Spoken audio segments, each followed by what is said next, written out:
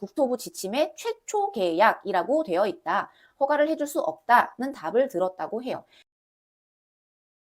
정부가 다주택자 양도소득세 중과 유예 조치를 했죠. 5월 9일까지 주택자가 주택을 매도하면 세입자가 있는 경우에 계약 만료일까지 실거주 의무를 유예하는 조치를 발표했으나 이를 두고 현장에서 혼선이 빚어져서 거래가 막히는 사례가 나왔습니다. 양도세 중과가 적용되는 조정 대상 지역이 현재 토지 거래 허가 구역으로도 묶여서 2년 실거주 의무가 적용되는 탓에 임차인이 살고 있는 주택은 거래가 어렵다고 지적이 나오자 지난달 12일에 발표한 다주택자 양도세 중과 유예 종료 관련 보완책에서 이를 반영한 방안을 내놨었죠. 다주택자가 매도하려는 주택에 임차인이 거주 중이면 해당 주택 매수자가 무주택자인 경우에 한해서 최장 2년까지 실거주 의무를 유예한다는 내용입니다.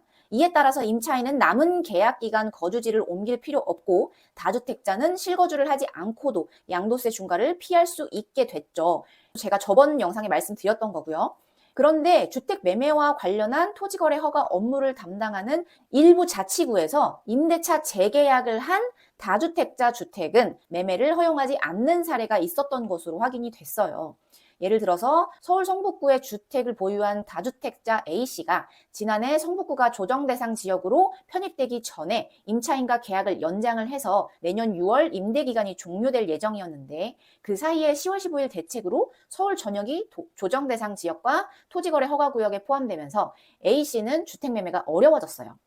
그러던 중에 지난달에 보완책을 보고 무주택 매수자를 어렵게 구해서 계약을 추진을 했는데 관할 자치구는 세입자가 2021년부터 살고 있었고 최초 계약이 아니어서 허가를 해줄 수 없다고 답했다고 합니다. A씨는 3개 자치구에 문의했는데 국토부 지침에 최초 계약이라고 되어 있다. 허가를 해줄 수 없다는 답을 들었다고 해요. 이 국토부 지난달 보완책 보도자료를 보면은 임대 중인 주택의 경우에 실거주 의무가 개정안 발표일 2026년 2월 12일 현재 체결된 임대차 계약상의 최초 계약 종료일까지 유예된다. 이렇게 명시가 되어 있어요. 그러니까 현재 체결된 임대차 계약상의 최초 계약 종료일까지만 유예가 되고 지금부터 이제 재계약을 해서 더 연장이 되는 계약은 받아주지 않겠다. 이렇게 말을 한 거죠.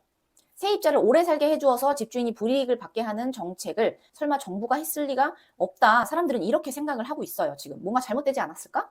다주택을 하지 말라는 정부 정책에 집을 팔고자 하는데 허가를 안 해주는 것도 이해가 안 된다. 이런 말이 또 나오고 있죠.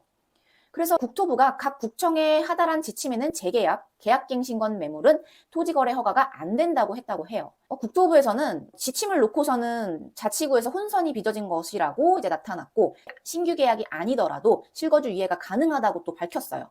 현재 유지 중인 임대차 계약을 또다시 갱신해서는 안 되지만 지금 계약이 재계약이더라도 실거주 유예를 적용받는 데는 문제가 없다. 이렇게 설명을 한 거죠. 현재 존재하는 임대차 계약을 향후 갱신하는 것까지 허용을 하면 일시적 갭 투자 기간이 너무 많이 늘어나는 문제가 있어서 이를 허용하는 것은 아니다. 이렇게 말을 하면서도 현재 임대차 계약이 최초 계약인지를 따지지는 않는다. 이렇게 얘기를 하고 있는데 지침도 굉장히 헷갈리게 얘기를 하고 있기는 해요. 그러니까 제가 아까 말씀드렸던 것처럼 신규 계약이 아니더라도 실거주 유예는 가능하고요.